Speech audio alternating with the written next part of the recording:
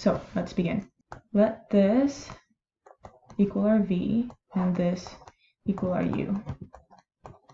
What we want to do is find the projection of u onto v, because if you were to shine a light down, right, this is what you'd end up with. The line right there. This is the line you'd end up with. Project this is the projection of u over v. And notice that this line plus this line, this vector rather, plus this vector equals u. And because this one's parallel with v, this one's got to be u1. This one's got to be u2, right? Because this we know is at a right angle, because this is a projection, this is a projection. So okay, let's solve for u1.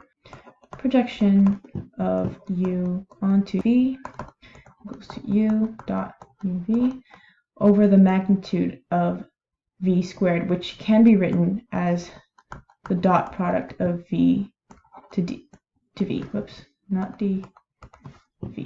There we go. So that will equal, let's see, 6 minus 3 plus 6 over 4 plus 1 plus 1, which is plus 2, multiplied by negative 2, negative 1, negative 1. So this you end up with 9 over 6, which is 3 over 2 times negative 2, negative 1, negative 1.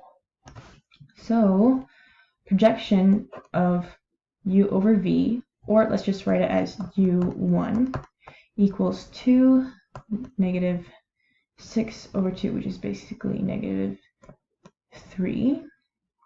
Then we have negative 3 over 2 and negative 3 over 2. This is our u value. Awesome.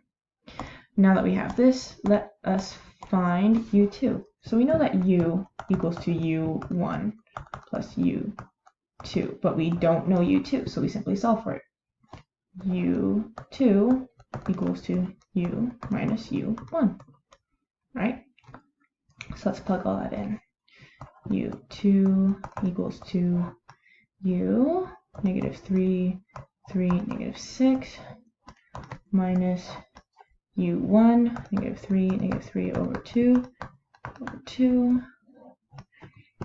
whoops, not plus, which equals to 3 plus 3, 0, 3 plus 3 over 2, 9 over 2, and negative 9 over 2 here.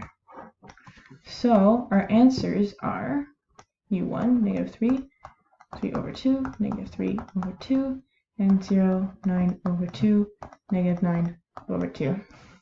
I hope you found that helpful.